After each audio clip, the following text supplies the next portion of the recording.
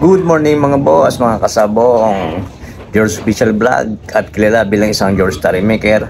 At welcome back sa aking munting channel. Ayan, at meron nga tayong bagong pag-uusapan ngayon dahil may nagtanong sa akin kung anong grinder ang gamit ko.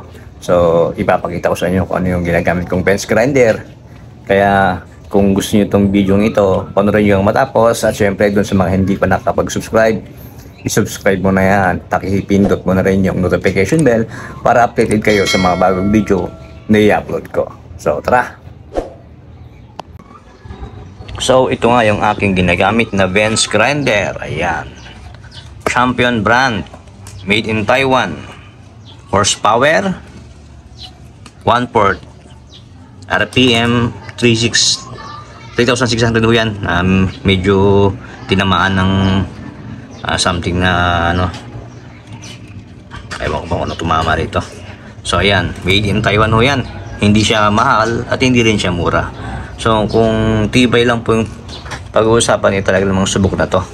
So nakaset up siya sa balde na may semento. Ayan. So dun sa mga gustong magsimula gumawa ng tare, pwede naman po mag-start kayo sa isa lang.